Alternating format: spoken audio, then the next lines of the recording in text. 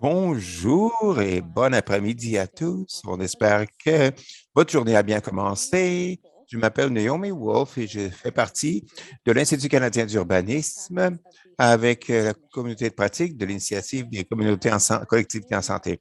Février a commencé, on continue notre séance de mobilisation avec l'activation et sortir ensemble. Merci de vous être joints à nous. Comme vous le savez, le but de ces séances, c'est d'avoir la possibilité d'entendre des gens qui bâtissent des communautés, des leaders locaux, des urbanistes, des activistes et des praticiens de l'appropriation des lieux publics en partageant des connaissances et des histoires sur nos travaux. Avant de commencer, il y a quelques petits faits que je dois vous partager. D'abord, vous pouvez nous voir, mais on ne peut pas vous entendre ni vous voir. Alors, utilisez la fonction de la boîte de conversation autant que possible dans le chat. Deuxième point, cette séance est disponible en anglais et en français. Pour avoir accès à l'interprétation française, vous verrez un globe au bas de votre écran.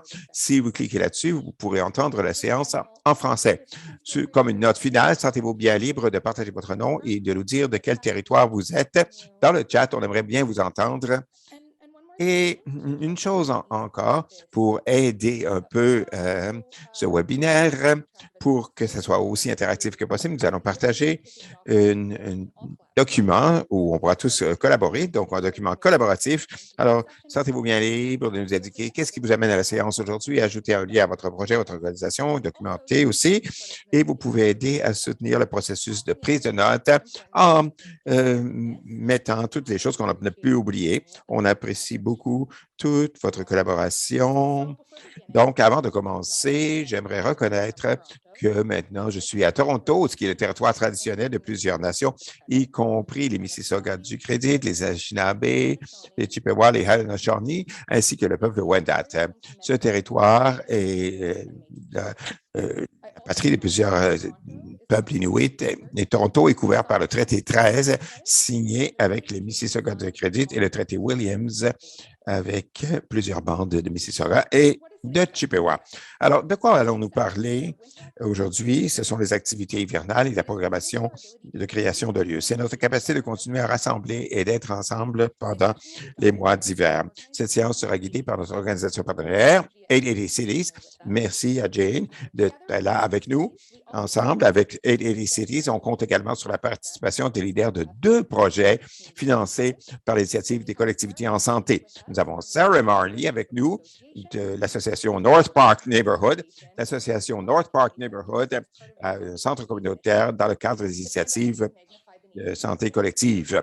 Nous faisons de la programmation et de partage d'informations et on fournit des jeux gratuits, des équipements sportifs et des ateliers et davantage. En décembre, ils ont eu un festival extérieur multiculturaliste. Ce mois-ci, cela sera transformé en un magasin d'artisanat. La deuxième personne qui se joint à nous, c'est Catherine Schutzen de la Innisfield Idea Lab et In Library. Au cours des 2 derniers hivers, Innisfield Idea Lab and Library a lancé des comptes d'âge d'histoire et des activités dans les parcs locaux, en se concentrant sur des activités que l'on peut profiter de façon passive sans qu'il y ait une grande foule. Avant la pandémie, ils aimaient avoir des journées de patinage, un peu comme des pique-niques communautaires avec dans une patinoire tout proche de leurs locaux.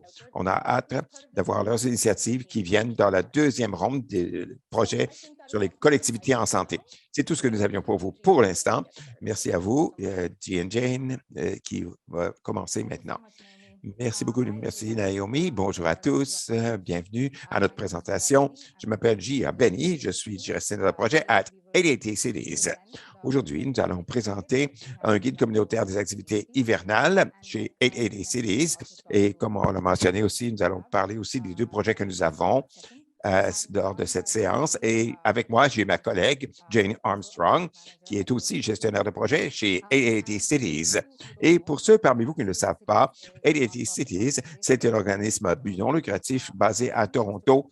Et notre mission est d'améliorer la qualité de vie, peu importe l'âge, les capacités ou le statut socio-économique.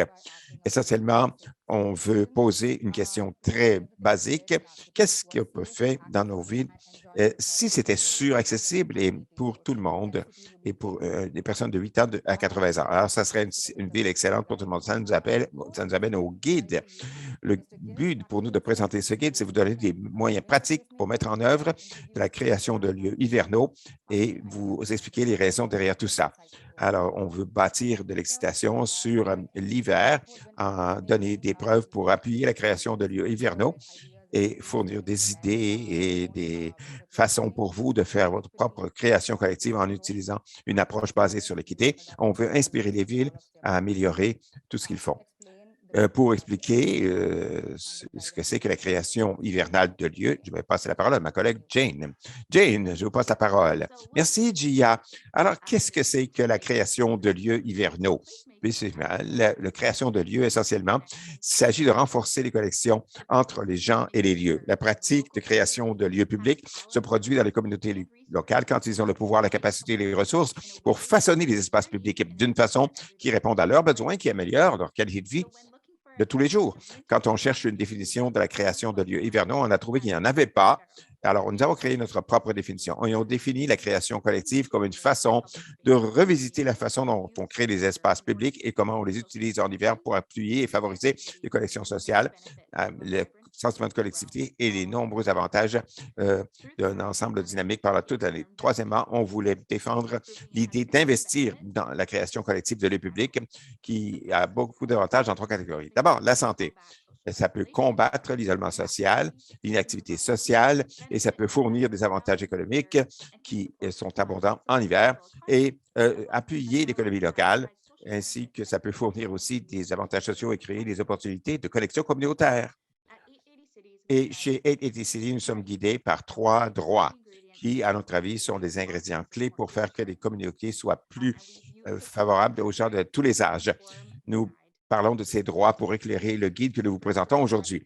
D'abord, nous avons le droit à la mobilité, le droit à l'espace public et le droit de participer. Nous croyons que ces 3 droits ne pas être empêchés par la neige ou la pluie ou toute température hivernale. D'abord, le droit à la mobilité. Chez nous, dans des villes hivernales, n'importe qui, quel que soit son âge ou sa mobilité, devrait avoir le droit de se déplacer sécuritairement en marchant, en faisant de la bicyclette ou en utilisant le transport en commun. La conception des espaces publics est encore plus importante lorsqu'il y a de la neige et la priorité de maintenance publique sont quelquefois modifiées. Par exemple, la ville de Saskatoon, en 2019, a dépassé 62 millions sur le déneigement. Mais à quoi ça a été utilisé, sur quoi est-ce qu'on a priorisé? On priorisait le déneigement sur les autoroutes et les routes principales. On a laissé tomber les trottoirs qui sont restés dans la neige. Cette priorisation a le plus grand effet sur les plus vulnérables parmi nous. On voulait garder le guide positif, alors on a souligné d'excellents exemples de communautés de toutes les tailles qui ont commencé à répondre au droit à la mobilité pendant l'hiver. La ville de Wells, en Colombie-Britannique, a une population de à peine 200 personnes. Ils ont un engagement de proximité avec les aînés. Ils ont fait une carte des routes qui devrait avoir une priorité pour le déneigement selon les patterns de mobilité de leurs personnes âgées. Ce processus a établi de forts liens entre la ville, ses personnes les plus vulnérables et le département des ambulations paramédiques qui sont les premiers répondants dans la neige pour identifier des groupes pour lesquels on puisse aller pelleter. Dans le guide, on met des processus semblables dans votre communauté et on vous donne des précédents de communautés de toutes les tailles qui ont investi dans le droit à la mobilité pendant l'hiver. Le deuxième droit, c'est le droit à l'espace public. Tout le monde, peu importe où il vit, devrait avoir accès à des parcs et des espaces publics de haute qualité et bien maintenus pendant l'hiver. Mais quand ce n'est pas confortable et non maintenu, ce sont deux mots que j'utiliserais pour décrire d'habitude les espaces publics, surtout à Toronto. Alors, on a construit nos villes pour éviter l'hiver. Quand on a fait ça, on a éliminé notre droit aux espaces publics qui auraient pu être programmés de façon très excitante. En Amérique du Nord, on trouve toutes sortes de façons, on s'en va. Mais dans les pays scandinaves, la vie publique demeure pratiquement la même. Les Scandinaves vivent, il n'y a pas de mauvais temps, mais il n'y a que de mauvais vêtements. L'hiver, c'est simplement un fait normal de la vie qui ne nous empêche pas de faire nos activités. Notre guide à la création d'espaces publics nous explique comment toutes les communautés de l'ensemble de l'Amérique du Nord ont attaqué l'hiver en investissant dans les programmes dans les endroits publics. Le droit à l'endroit public ne se limite pas aux endroits extérieurs, mais devrait s'insérer aussi dans les endroits publics intérieurs, comme les bibliothèques. Tout au long de l'écriture de ce guide, on a couvert les bibliothèques. Et dans Lanark County, en Ontario, la Bibliothèque fédérale a commencé à lancer des crampons et des passes culturelles hivernales. Le droit aux espaces publics en hiver a de nombreuses facettes et inclut plusieurs communautés intérieures. Le troisième droit, c'est le droit de participer. Tout le monde a le droit de participer et le droit de parler des décisions publiques. Mais d'habitude, les modèles de consultation traditionnels auprès des enfants et des jeunes et des résidents à faible revenu et les communautés de couleur sont exclus. Les communautés hivernales, lorsqu'on crée des stratégies hivernales, ont droit de se concentrer sur ce droit.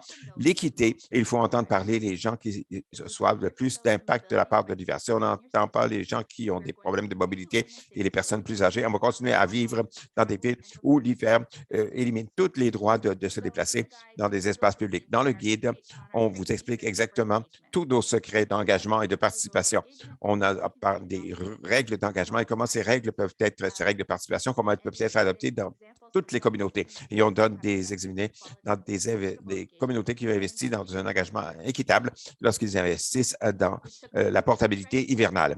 On a pris ces 3 droits dans nos règles d'engagement et on a façonner une section pour expliquer aux gens comment créer des espaces publics en hiver.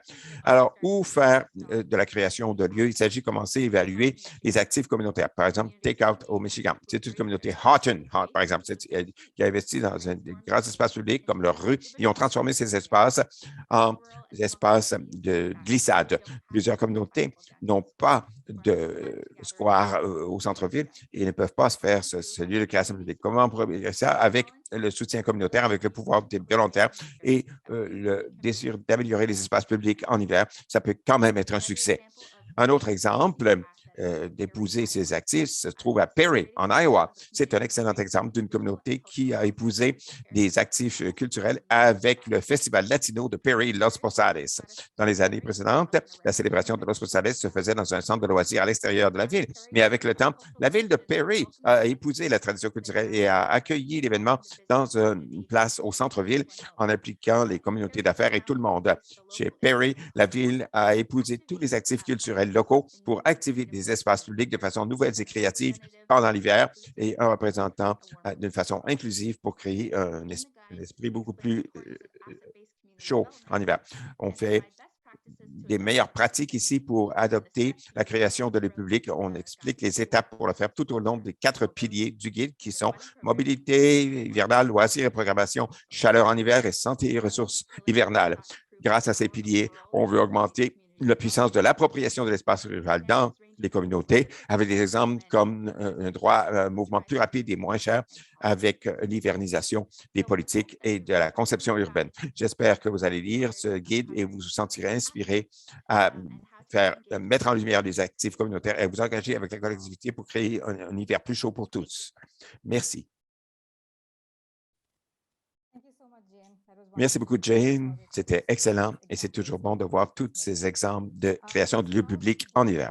Maintenant, nous allons passer avec Sarah et Catherine sur leur projet. Alors, Sarah et Catherine, est-ce qu'on peut commencer notre discussion dès maintenant? Bonjour. Donc, ça va très bien. On a Tia-Marie du communauté de Colombie-Britannique, Eckert-Schützen, aussi, qui est en Ontario, qui vont nous expliquer leur projet. Bienvenue à cette séance, Sarah et Catherine. J'ai quelques questions pour vous. Alors, je vais commencer tout de suite. Pourriez-vous nous parler un peu plus de vos projets et comment ils sont reliés aux activités hivernales? Peut-être que vous pourriez commencer, vous, Sarah. Très certainement, pas de problème. Bonjour à tous. Merci de cette présentation, Jane. Je suis tellement inspiré de voir toutes ces activités hivernales. Ça me faisait un peu froid dans le dos quand je regardais ça, mais ça montre que la vie n'arrête pas en hiver simplement parce qu'il fait froid.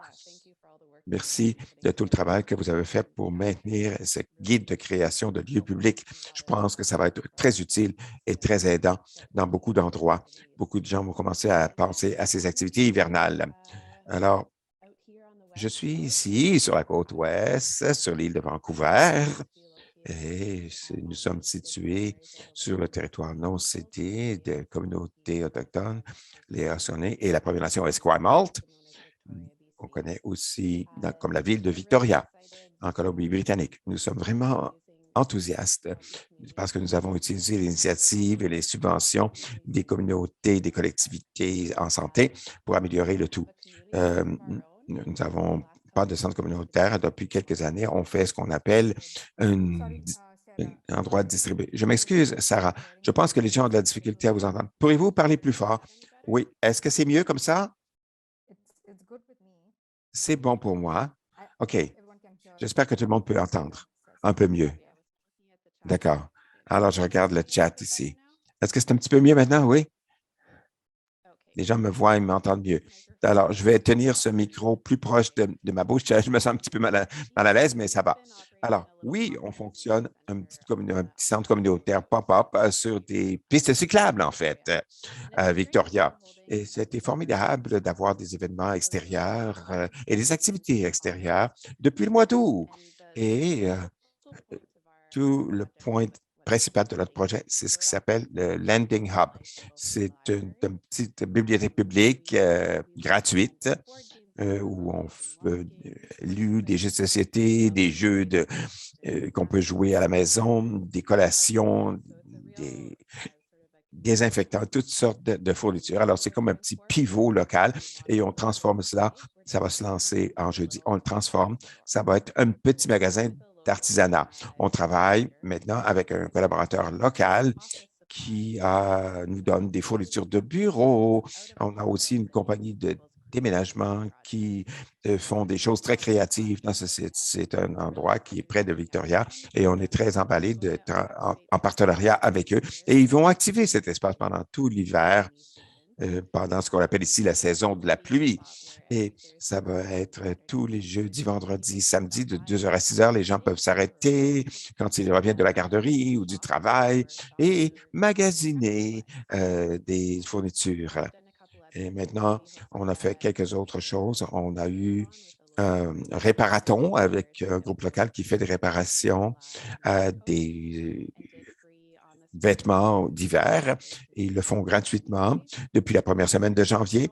Et il y a encore de la neige sur le sol. Alors, on a pas mal une bonne bordée de neige au début de janvier dans la côte ouest. D'habitude, ça paralyse toute la côte ouest, mais ça a rappelé beaucoup de gens que, oh oui, j'irais dehors plus si j'avais une meilleure imperméable, le meilleur vêtement d'hiver.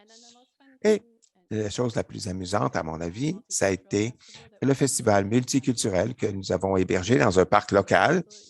Gina, j'aime beaucoup parler de l'accessibilité des parcs et je pense que ça devrait être gratuit pour tout le monde. Un des plus grands parcs dans notre voisinage, c'est bon pour des événements sportifs et des concerts et c'est entouré de marécages géants. Alors, on travaille très fort pour permettre à la ville de nous accueillir pour que ce soit puisse être utilisé pour des événements communautaires gratuits.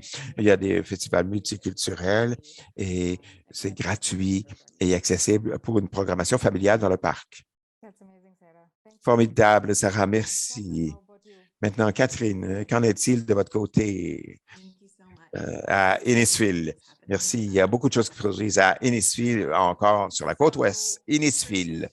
Alors, d'abord, on est très enthousiaste d'un projet qui s'en vient, dont je n'ai pas le droit de parler encore. Alors, ça, c'est mon petit preview, ma petite bande de lancement. Pour ceux qui sont intéressés, suivez-moi. Alors, on espère en apprendre plus et on va pouvoir en dire plus dans les semaines à venir.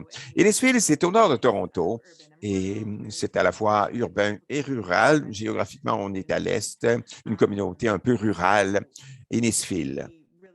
Alors, on aime créer des petites poches d'activités ici et là, et particulièrement tout au cours de la pandémie, nous avons vraiment cherché à faire des choses plus meilleur marché, des créations de lieux publics à meilleur marché en utilisant les mois d'hiver plus qu'on ne l'avait fait auparavant.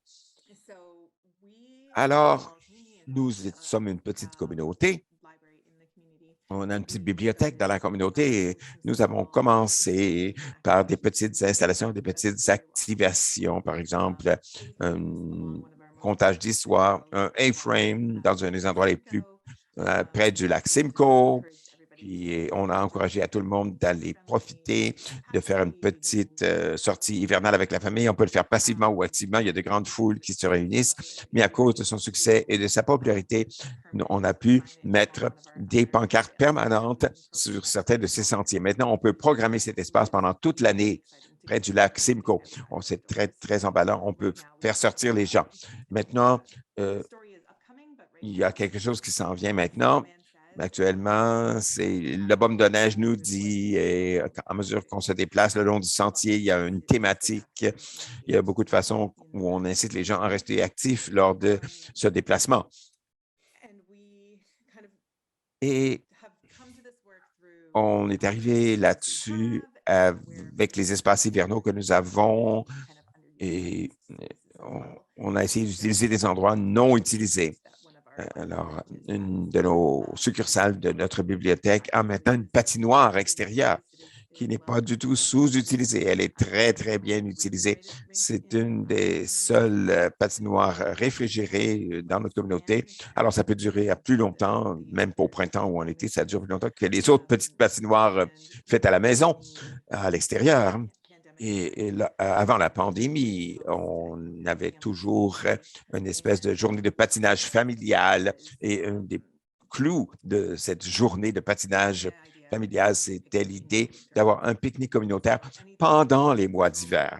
Alors, tout ce qu'on verrait normalement pendant l'été dans les événements de pique-nique, on a essayé de reproduire cela en hiver. Alors, bien sûr, le patinage, c'est ce qui attire le plus les gens. On a des aliments qui sont offerts à l'extérieur et à l'intérieur, des activités à l'intérieur comme à l'extérieur. Les gens peuvent entrer à l'intérieur pour se réchauffer un peu et en utilisant tout l'espace que nous avons. Alors, il y a beaucoup, beaucoup de décorations de neige, fabrication de globes en glace, de sphères glacées. Et l'autre point que j'aimerais dire, c'est qu'on a eu d'autres petits problèmes quand même à certains moments. Et j'aimerais ajouter quelque chose ici, vous l'avez vu d'ailleurs dans d'autres endroits, mais on veut que ce soit fonctionnel. On veut que les gens restent et apprécient le fait de rester à l'extérieur. Alors, le fait d'avoir ces options, ça a vraiment aidé ces petits arrêts de réchauffement possibles. Et finalement, je veux parler d'une autre activation que nous avons faite et qui a été aussi inspirée et qui s'est fait pendant toute la pandémie parce qu'on a laissé les gens nous guider là-dessus. La collectivité voulait avoir des façons de se réunir et de se parler, comme vous le savez, j'en suis sûr. En plein milieu des confinements et des isolements, on voulait trouver des façons d'appuyer la santé mentale et physique de la collectivité. Et donc, on a démarré un arbre de l'espoir. C'est un conifère géant dans un de nos grands parcs qui se fait illuminer pendant tous les mois d'hiver et on l'appelle l'arbre de l'espoir. Vous en avez peut-être un dans votre collectivité. Que vous avez allumé pendant les fêtes de Noël. Mais en plus de ça, on a ajouté des boîtes à lettres et on invite la communauté à écrire des lettres, à partager des lettres avec nous. Alors, c'était un coup qui a été partagé sur les médias sociaux et c'est notre deuxième essai. C'est très populaire avec la communauté. Tout le monde a hâte de voir l'illumination et c'est un exemple d'un message. Et mon espoir, c'est que les gens que je ne connais pas, qui pourront trouver une bonne bien-être mental, un esprit d'amour et de joie pour survivre aux difficultés de la pandémie et qu'ils soient motivés à sortir et à essayer des choses. Alors, on a eu des messages très touchants de la part de la communauté et ça a été un très bon exemple de choses que nous avons pu faire pour créer une nouvelle façon d'utiliser des espaces et d'attirer les gens vers l'extérieur pendant l'hiver.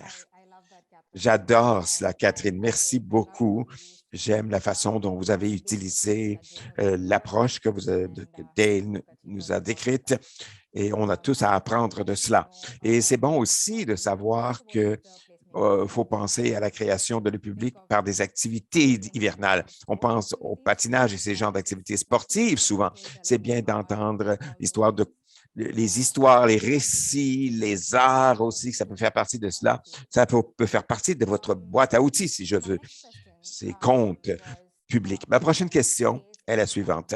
Est-ce que vous avez eu des défis lorsque vous avez demandé des subventions pour déployer ces activités de programmation hivernale? Et si vous avez eu des défis, comment avez-vous réussi à les surmonter? Catherine, je vais passer à vous, ensuite je passerai à Sarah. Merci. Oui, on a eu quelques petites difficultés, à part le fait que le temps qu'il fait est un peu imprévisible. Il y a quelques petits défis.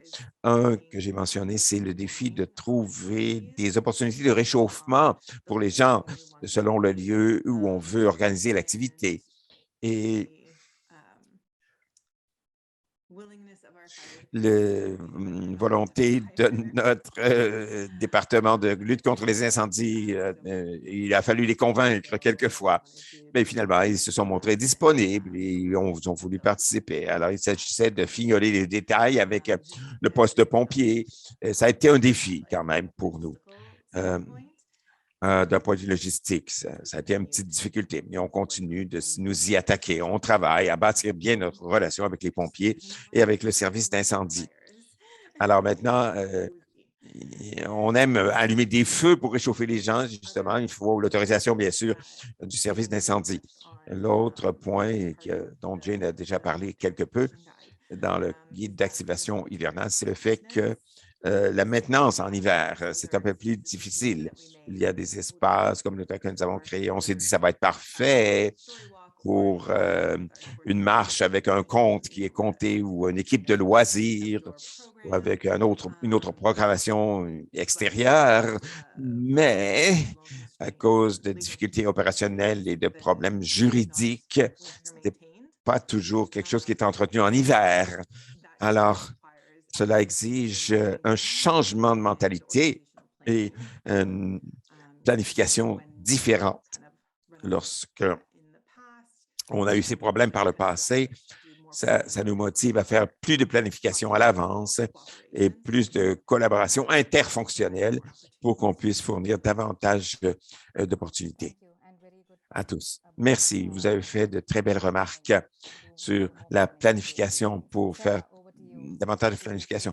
Sarah, à vous la parole. Avez-vous eu des défis dans la planification et le déploiement et comment avez-vous surmonté ces défis? Oui, il y a toujours l'incertitude du temps qu'il fait ici. Ça peut être un véritable défi. Pour nous, c'est les chutes de pluie et les rafales de pluie qui ont un gros impact sur le succès de l'événement. Ça, c'était pas mal imprévisible. Et parce qu'on n'est pas très inquiet aussi souvent des grosses portées de neige chez nous, on peut utiliser des tentes et on se concentre sur tous les petits ajouts qui rendent les choses plus attrayantes pour attirer davantage de gens. Donc, on offre toujours des aliments et à l'automne et à l'hiver, on a toujours des boissons chaudes. En été, on a des boissons fraîches et on se concentre aussi sur la programmation d'activités plus courtes pour tirer profit du moment où les gens sont déjà dehors. Alors, par exemple, avec un petit magasin d'artisanat qu'on va lancer en jeudi. Les heures d'ouverture sont de 2 heures à 6 heures et c'est situé sur un corridor de transport et de ce qui est tout proche sur une piste cyclable. C'est sur une piste cyclable, mais c'est près de grandes artères où il y a des autobus. Alors, ce qu'on espère, c'est qu'on pourra attraper les gens lorsqu'ils retournent à la maison, reviennent de l'école, reviennent de la garderie ou du travail. Ils n'auront pas besoin de faire un déplacement spécial, mais ils pourront arrêter en passant. Et ça pourrait faire partie de leur routine. C'est ce qu'on espère. On veut utiliser ces espaces qui étaient autrefois non utilisés pour faire nos activités. Catherine, je suis tellement inspirée par ce que vous avez dit pour essayer de travailler davantage avec notre service d'incendie. Nous, on a eu une petite performance de théâtre en direct et il faisait très froid pour la saison. Et on a eu une chaufferette au propane qui a été installée. Et pour des raisons juridiques, on n'avait pas pu mettre en place ce chaufferette au propane. On n'a pas le droit d'avoir de chaufferette au propane dans la ville de Victoria. C'est défendu partout à cause des règlements de la ville. C'est inspirant d'essayer de voir, de faire des relations. On a eu pour les événements spéciaux parce que c'était très plus facile pour les gens de sortir et de passer un peu plus de temps. Beaucoup de patios temporaires pendant la pandémie sont utilisés. J'ai certaines de ces patios, peut-être que certaines de ces politiques peuvent être exemptées lorsqu'il y a des événements communautaires ponctuels, lorsqu'on prendra toutes les mesures de sécurité nécessaires. Oui, ça fait partie des problèmes que nous avons eus. Merci, Sarah.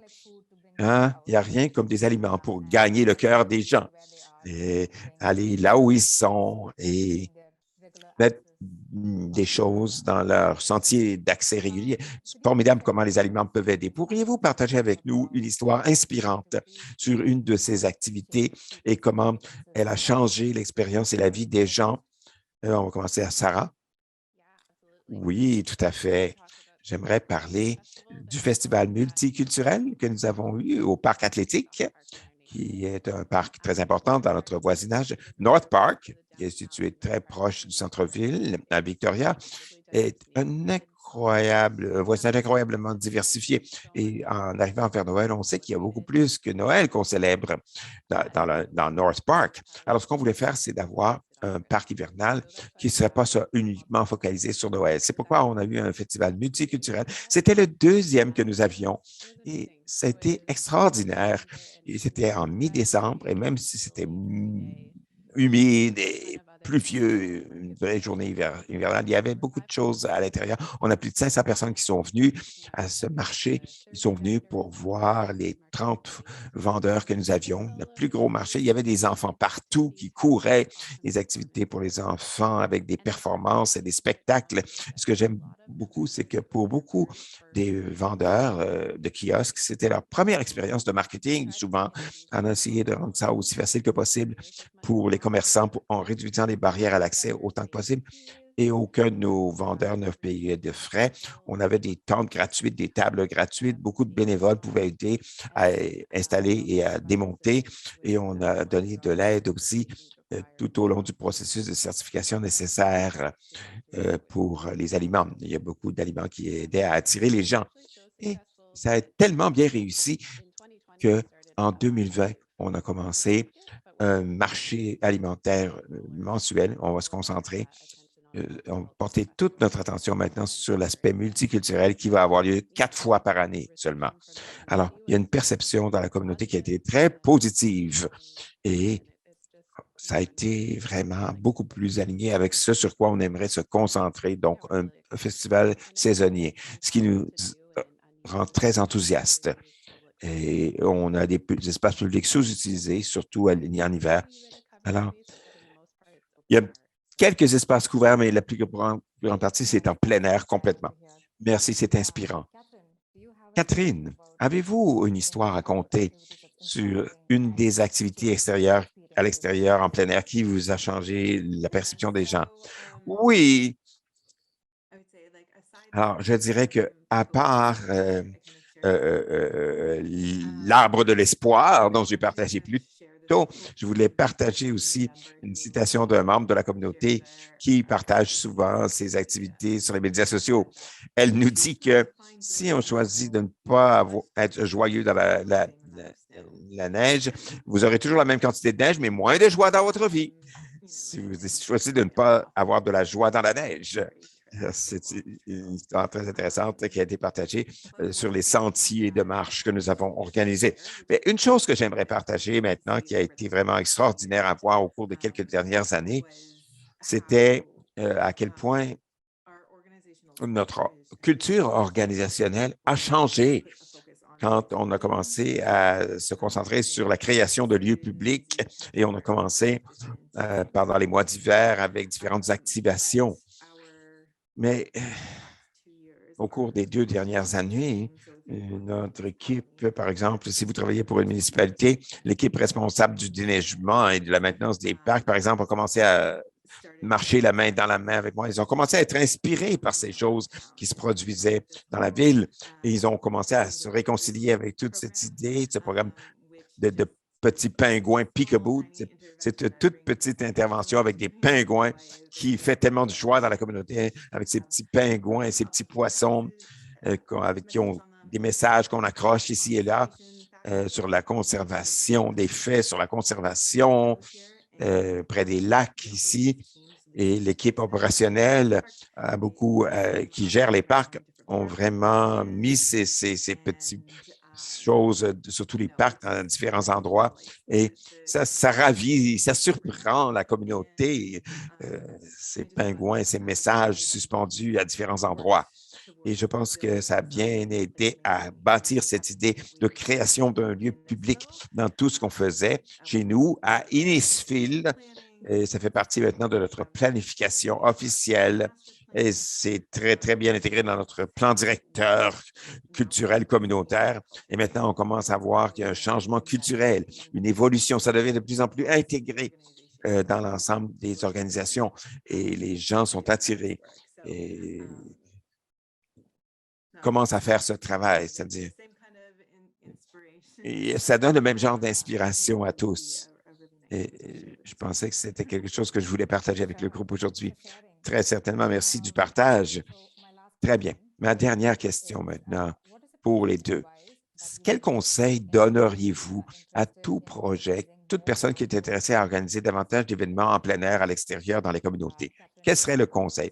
Catherine, vous pouvez y aller en premier. Oui, j'aime l'idée de commencer petit et de regarder un peu ce que vous avez qui est disponible et comment vous pouvez ajouter quelque chose, un élément ici et là à mesure. Et là-dessus, on aime penser à incorporer vos partenaires, les intégrer, avoir de nouveaux partenaires ou écouter les idées de la communauté, et ce que veut la collectivité ou ce que la collectivité fait déjà. Dans notre communauté, nous avons un grand champion communautaire qui voulait faire des choses. Cette personne a commencé une illumination de Noël, un concours d'illumination de Noël. Il y a eu des centaines de participants avec des tournées partout dans la ville, ce concours de lumière de Noël. Alors, on regarde les idées qui sortent de la communauté pour avoir leur soutien, pour soutenir ce qu'ils font déjà. C'est une bonne façon pour nous, je pense, de nous insinuer dans l'activation hivernale et de trouver une façon d'entrer dans ces activations. Merci, Catherine. Sarah, auriez-vous des conseils que vous aimeriez donner à d'autres projets pour les activités hivernales? Oui, très certainement. Je suis d'accord avec ce que Catherine a dit. Allez d'abord trouver ce que la collectivité fait déjà et essayer de penser à la façon de partager des ressources et comment vous pouvez collaborer des événements qui existent déjà. C'est ce qui s'est passé avec le Festival multiculturel. C'est une idée qui venait d'un bazar célébration que nous avions déjà et qui existait dans les parcs en juillet. La réponse était très bonne. La réponse était enthousiaste. Ils voulaient avoir un autre bazar comme cela. Et c'est ça qui a donné le Festival multiculturel d'hiver et qui va maintenant continuer pendant encore une année. Vous savez, une autre chose qu'on fait, c'est qu'on utilise beaucoup d'aliments, comme vous l'avez dit, pour attirer les gens, c'est ce qu'il y a de mieux. Et on fait coïncider les événements avec les moments où les gens vont être déjà dehors, mais aussi où ils vont être. Peut-être qu'il y a un autre événement communautaire qui se produit. Peut-être qu'on peut être au même endroit, proche d'une école, proche d'un arrêt d'autobus, pour que les gens ne soient pas obligés d'aller trop loin. Et parce qu'on a tellement un peu d'espace couvert et que la pluie, c'est le plus gros problème pour nous en hiver dans la côte ouest, on a des petites tentes de 10 par 10 et les gens se disent « Ah oui, il y a une tente, il y a quelque chose qui se passe là-bas, on va aller voir ça. » Et on reconnaît aussi que beaucoup de personnes ne peuvent pas rester longtemps. Alors, on va avoir des choses que les gens peuvent emporter. Un petit kit d'artisanat que les gens peuvent apporter avec eux. Et pour ceux qui restent un petit peu plus longtemps, il y a des bénévoles, des facilitateurs, des animateurs. Pour les gens qui veulent rester, on a un petit chauffe-main qui ne sont pas très environnementaux, là, ils sont un peu chimiques, mais ça aide à faire face au froid humide que nous avons sur la côte ouest. Voilà. Très bien, merci beaucoup. Et je pense que beaucoup de ces choses-là sont déjà incluses dans d'autres événements, peut-être les aliments, je pense qu'on en a parlé. Aller dans la rue aussi, c'est une partie importante de ce qu'on fait dans les villes, dans les plus grandes villes, aller là où les gens sont. Alors, c'est formidable d'entendre vous deux, Sarah et Catherine, de vous entendre parler. C'était là toutes les questions que j'avais. Alors maintenant, je vais passer la parole à Gay pour nous introduire la prochaine partie de la séance. Bonjour, merci beaucoup à vous toutes, Jane, Gia, Catherine et Sarah. Merci d'avoir partagé toutes vos activités ou vos conseils sur les activités hivernales. Nous avons maintenant quelques questions de notre auditoire. Alors, plongeons directement dans ces questions. La première question portait sur les petits feux de réchauffement. Cette question pourrait commencer par vous, Catherine. Pourriez-vous partager avec nous les politiques que vous avez élaborées? Pouvez-vous nous parler un petit peu comment vous avez pu avoir ces petits réchauffements avec du feu? Comment votre directeur du service d'incendie a eu beaucoup de résistance? Quels sont vos conseils pour vaincre cette résistance? On doit toujours travailler là-dessus avec notre service d'incendie aussi. On a aussi un nouveau chef pompier dans notre communauté, ce qui est une grande opportunité pour nous de faire connaître les excellentes choses que nous faisons. Alors, nous avons des problèmes de procédure. Je vais vous mettre mon courriel ici dans le chat pour la personne qui est intéressée. Je pourrais contactez-moi et je pourrais vous expliquer ça de long et en large. Et on travaille encore à régler tous les problèmes qui peuvent surgir de ce côté-là. Au cours de la semaine, on a utilisé ces petites pyramides réchauffantes avec du feu à l'intérieur, mais on ne les sort pas de façon régulière. On le fait seulement pour les événements spéciaux, ces espèces de pyramides avec du feu à l'intérieur.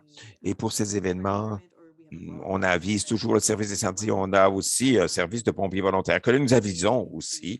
Et ils ont été d'accord pour participer. Ils étaient là pour surveiller, si vous voulez, un peu les accessoires de réchauffement. Ils avaient des extincteurs sur place.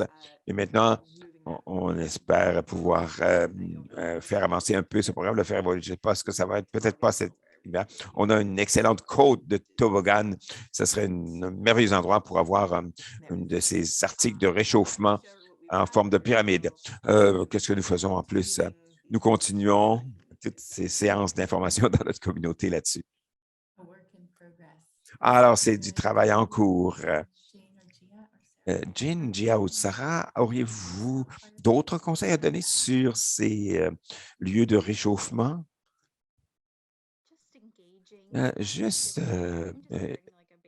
Aviser vos partenaires, commencer une petite conversation, c'est très important. Ces petites fosses à feu, ces foyers extérieurs, ayez des communications ouvertes avec tous les intervenants. C'est ça qui est important. Chez nous, à 880 Cities, on veut démontrer la façon dont ça peut fonctionner grâce à des pop-up, le potentiel. Si les gens hésitent là, à permettre des réservoirs de propane pendant toute l'année, si vous pouvez peut-être vous insinuer en disant, hey, peut-être quelque chose qu'on pourrait faire seulement pour la Saint-Valentin. Un seul événement, ça améliorerait votre partenariat, trouver des supporters de cette façon. On a vu toute la puissance de ces petits événements pop-up qui ont mené à des changements permanents de structures et de politiques. Ça semble intimidant, mais quelque chose comme ça peut devenir très puissant. Et ça peut partir d'une toute petite conversation, quelques dollars dépensés, du soutien par des bénévoles, et juste essayer ce qui est possible. Excellent. Très bon conseil, merci. J'aime cette idée des pop-up, des petits événements spontanés de démonstration. Merci d'avoir partagé ça avec nous. Et cette idée de faire un petit projet pilote. La prochaine question va vers vous, Sarah. Quelqu'un ici cherche à faire davantage de programmation gratuite dans les parcs municipaux qu'ils ont. Il se demande si vous avez des conseils là-dessus. Pourriez-vous parler un petit peu plus des mesures que vous avez prises pour que ça puisse se produire à Victoria? Ah oui, ça me ferait plaisir de le faire. Je dirais que la première étape, le premier pas, c'était d'être très persévérant avec certaines autres villes. on nous voyait comme des gens qui harcelaient. Non, c'est un peu une blague, là, mais on a des permis existants. Certains parcs, c'est plus facile d'avoir un permis pour le parc. Et si vous représentez un organisme non lucratif ou un groupe communautaire, c'est un très faible coût, sans aucun frais.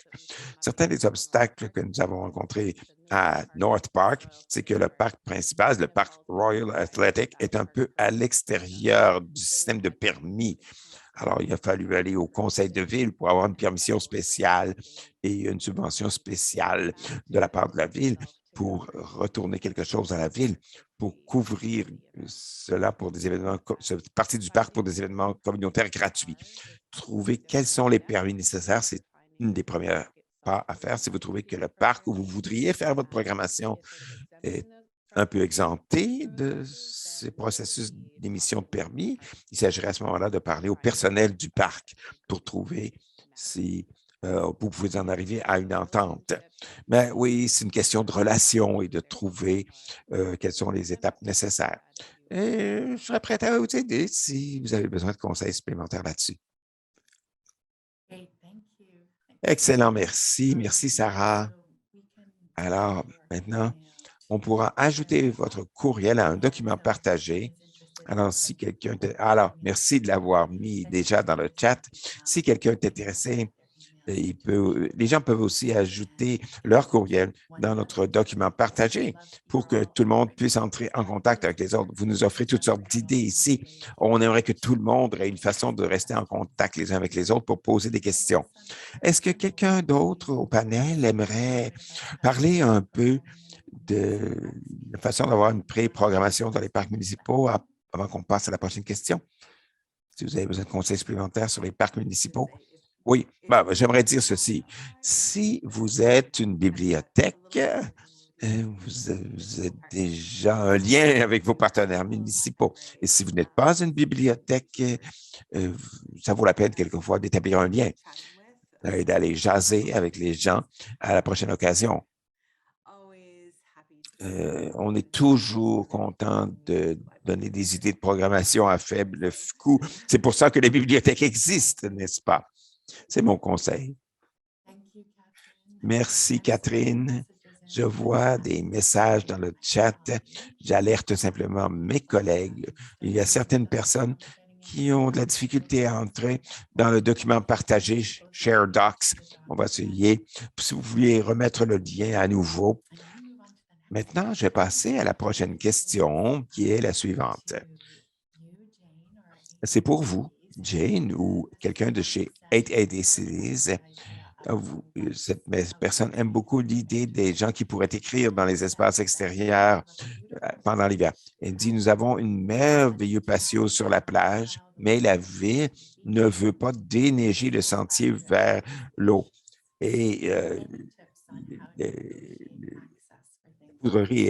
comment pouvoir négocier l'accès avec votre comté? Ah oui, prioriser les espaces piétons lorsqu'on déneige, c'est quelque chose, c'est un problème dans toutes les villes nord-américaines. C'est les reliques d'une culture dominée par l'automobile au Canada et partout en Amérique du Nord. Alors, il faut reprioriser le déneigement, les chasse-neige en créant des espaces vivables en hiver. C'est quelque chose qui est difficile pour la plupart des communautés de toute taille. On a d'excellents exemples dans le guide de collectivités qui, malheureusement, ont dû prendre les choses en main, malheureusement, et contester certains. Il y a d'excellents groupes qui existent à Chicago, un groupe qui s'appelle My Block, My Hood, My City. Et ils font du pelletage pour les écoles, les cours d'école, les sentiers pour les personnes âgées, parce que la ville ne veut pas le faire. Et je les ai interviewés. Ils sont aussi, ils comprenaient que ce n'était pas nécessairement un rôle que les municipalités devraient prendre. Même juste ici à Toronto, Canada, on assume que votre cours, c'est votre responsabilité, mais c'est aussi la responsabilité des municipalités de déneiger quand même les trottoirs ainsi que les districts d'affaires. Mais à Chicago, la ville ne déneige que les rues principales du district d'affaires et ne déneige nulle part ailleurs. Alors, les gens ont pris les choses en main à Chicago pour pelleter les cours d'école et les sentiers piétonniers Et ça fait boule de neige à partir de deux personnes qui se sentaient mal pour leurs voisins. Et c'est toute une équipe de personnes qui pèlent maintenant sur les espaces piétons. Mais la, la réponse de l'accès à la plage, c'est peut-être d'avoir des jeunes qui vont aller pelleter pour vous. C'est ma réponse facile. Mais prouver que les gens veulent utiliser l'espace, c'est déjà un gros point. Et parce que les gens ne l'utilisent pas maintenant, ça ne veut pas dire qu'il n'y a pas un véritable désir d'un accès plus équitable à ces espaces. Alors, peut-être que une plage polaire, un événement polaire de pelletage, c'est logistiquement très puissant. Ça prend du temps et de l'énergie. C'est amusant aussi. On a vu certaines collectivités qui l'ont fait. Il faut prouver que c'est possible dans une ville nord-américaine parce qu'on est tellement enlisé dans le déneigement uniquement des espaces automobiles. C'est une façon un peu longue pour moi de vous dire que ça pourrait commenter par une corvée communautaire pour démontrer que c'est possible. Merci. Oui, les communautés qui prennent les choses en main, quelquefois, c'est très puissant. Bon, voilà. J'ai une autre question pour vous.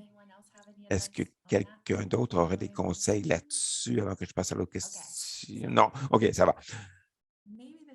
Peut-être que ça peut sembler une question pour Sarah ou ADCT ou peut-être pour Catherine aussi. Si jamais vous travaillez avec des gens qui ne peuvent pas se permettre d'avoir du bon équipement pour l'extérieur, avez-vous des conseils, des choses que vous avez faites pour les aider à naviguer ou à rendre l'événement plus accessible pour les gens?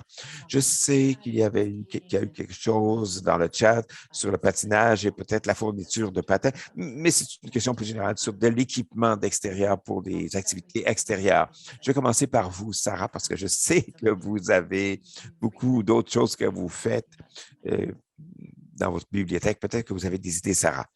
Oui, en fait, avant de me lancer dans tous ces projets d'initiative, l'Association du voisinage du quartier de North Park a passé toute une année à fournir aux gens qui vivent près du parc de North Park. Ils étaient leurs voisins et nous avons passé beaucoup de temps et de ressources à parier les gens avec les soutiens dont ils avaient besoin, des tentes, des sacs de couchage pendant la période de Noël. En 2021, on a fait ça. Il y a eu une inondation qui a forcé le déménagement d'environ 50 personnes d'un parc vers un stationnement qui était un bloc de distance juste à côté de l'endroit où nous organisons nos événements. On a aidé ces personnes avec certains voisins. On a bâti des plateformes en bois pour que tout le monde soit hors du sol au moins. Tout ça pour dire que oui, ça peut être une difficulté logistique de donner aux gens les soutiens dont ils ont besoin. Il y a beaucoup d'organisations qui le font, mais la demande est sans fin en réalité. Vous savez, quand vous vivez dehors, vous n'avez pas la capacité de vous laver ou de laver votre manteau le soir. C'est vital. Alors, en faisant des connexions avec d'autres organismes à but non lucratif dans le voisinage, on a une petite liste de ressources pour les gens à qui on peut s'adresser pour prêter un manteau, un sac de couchage ou une tente si vous en avez besoin. On a fait quelques petites corvées de ramassage de vêtements pendant les vacances. On a eu une de ces corvées qui a coïncidé avec notre atelier artistique à la mi-décembre. Alors, les gens apportaient leurs dons de manteaux, de vêtements d'hiver et les enfants, pendant que les enfants s'amusaient dans une tente à côté. Et ça a été distribué lors du Festival multiculturel du 12 décembre. On avait une table où les gens pouvaient venir ramasser gratuitement certains vêtements d'hiver. Et c'était à la fois pour les gens dans la communauté, c'était supposé être pour eux, mais ça a été publicisé aussi tout au long avec toutes les associations interculturelles. C'est un groupe qui fournit de l'appui aux immigrants et aux réfugiés. Plusieurs, pour eux, c'est leur tout premier hiver. Ils n'avaient pas les manteaux, les vêtements nécessaires. Et ils vivaient souvent dans des hôtels encore. Ils n'avaient pas le genre d'hébergement nécessaire. Alors, utiliser tous les groupes de votre ville qui font ce genre de travail. Sachez qui ils sont et rencontrez-les. Merci, Sarah. C'est très inspirant. Une communauté qui prend soin de ses membres. Catherine ou Gia, auriez-vous d'autres idées à ajouter? Sinon, je vois une autre question. Ce sera ma dernière question. Je la vois dans le chat. C'est une question qui retourne peut-être à 880 Cities sur la mobilité. Une question. C'est une personne au Québec. Elle nous dit que dans un fauteuil roulant, il y a beaucoup de neige au Québec sur les trottoirs. C'est très difficile de se déplacer sur les trottoirs au Québec. Avez-vous des idées sur comment on peut s'y prendre pour convaincre le public qui a peur d'être enlisé, comment améliorer la mobilité sur les trottoirs dans les villes du Québec ou en fait n'importe où? Oui, la mobilité, c'est vraiment un sujet très important dont il faut discuter quand on parle de l'hiver, parce qu'on a vu beaucoup de gens qui restent confinés à l'intérieur tout au long des mois d'hiver parce que nos villes négligent les gens qui ont des problèmes de mobilité ou des besoins spéciaux. Nos autobus arrêtent, restez chez vous en votre fauteuil roulant et c'est vraiment un cauchemar. Je ne peux pas dire qu'il n'y a personne qui fait les choses de façon parfaite, mais quand même, euh, se relier à ces communautés pour entendre quels sont leurs besoins. Ça, c'est quelque chose qu'on a vu à Horton, au Michigan, dans la ville de Horton. Ils ont vu, pas seulement pour les gens en fauteuil roulant, mais ils ont utilisé cela comme outil pour éclairer leur plan directeur. Alors, ils ont utilisé le JAM pour se relier à leur communauté pour savoir quels étaient les impacts sur la mobilité. Il y a quelques autres exemples dans le guide 880. Les plus petites communautés souvent essaient de créer des stratégies hivernales et la moitié de cela, ça consiste à des relations avec les communautés en leur demandant de quoi avez-vous besoin? Qu'est-ce qui peut être fait? Quelles sont les mobilités, les besoins que vous avez? Ça peut être très simple.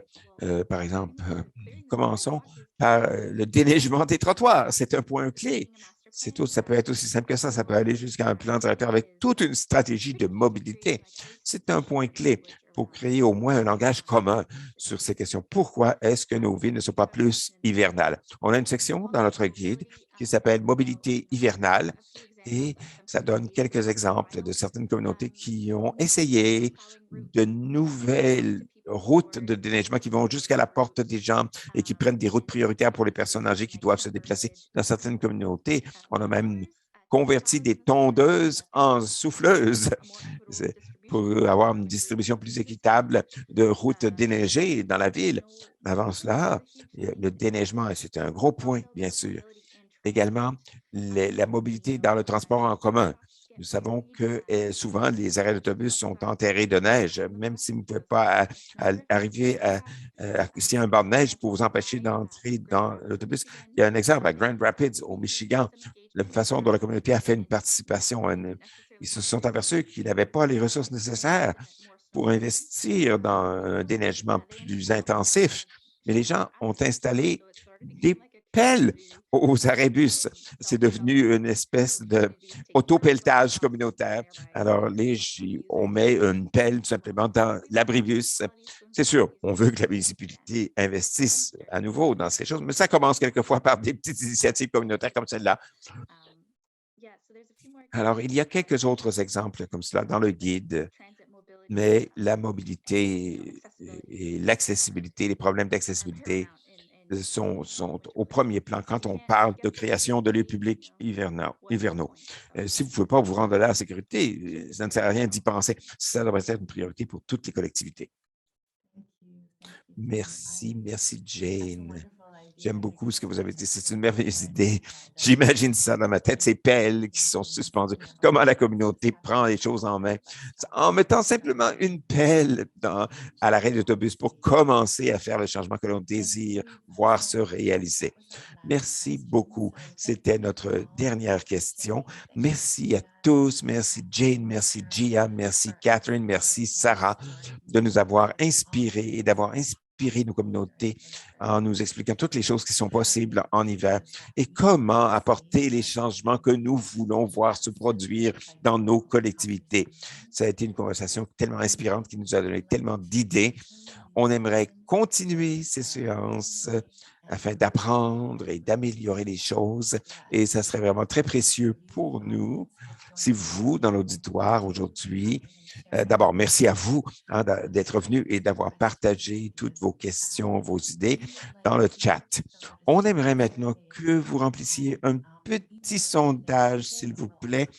On va vous mettre dans le chat tout de suite maintenant. On va vous l'envoyer par courriel. Je vous promets que ça va vous prendre moins de 3 minutes à répondre. Avoir votre rétroaction, ça va vraiment nous aider pour concevoir les meilleures séances possibles pour l'avenir, pour d'autres activités de création publique dans l'ensemble du Canada. On veut vous faire savoir que cette séance est enregistrée. Et le lien à l'enregistrement sera aussi partagé avec vous par courriel pour que vous puissiez le partager avec d'autres collègues qui pourraient être intéressés. Assurez-vous aussi d'ajouter cela dans le document partagé dans le Google Doc. Ajoutez l'information de notre dernière séance hivernale que nous avons eue en décembre avec des gens qui travaillent dans les parcs. Certaines questions qu'on n'a pas eues aujourd'hui ont surgi à ce moment-là sur le partage d'équipements et différentes choses. C'est une ressource incroyable. Alors, merci beaucoup. On espère que tout le monde a bien aimé cette séance tout autant que nous l'avons fait et on espère que vous pourrez vous joindre pour d'autres sessions à l'avenir. Merci. Notre prochaine séance va être au début mars avec Vivre en ville. Alors, on va donner plus d'informations encore avec Vivre en ville sur les villes, comment sortir dehors et avoir des activités de création de lieux publics ensemble. Merci beaucoup.